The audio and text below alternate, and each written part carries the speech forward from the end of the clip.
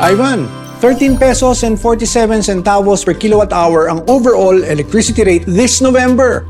Tumaas ng 15 centavos per kilowatt hour. Dahil yan sa higher transmission charges. Kasama na rin dito ang increase sa FIT-all, ang charge para sa government program to support renewable energy plants. So kung nasa 200 kilowatt hours ang consumption mo, may increase ka na 30 pesos.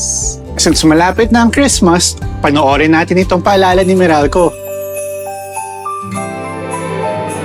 Safe ang Christmas decors na ipaplugin. Turn off all the lights na di gagamitin. Ang fresco na lang kaya ramdam lamig ng hangin. At kahit na may handaan, ref wag pupunuin. Maging star ngayon at liliwanag ang buhay.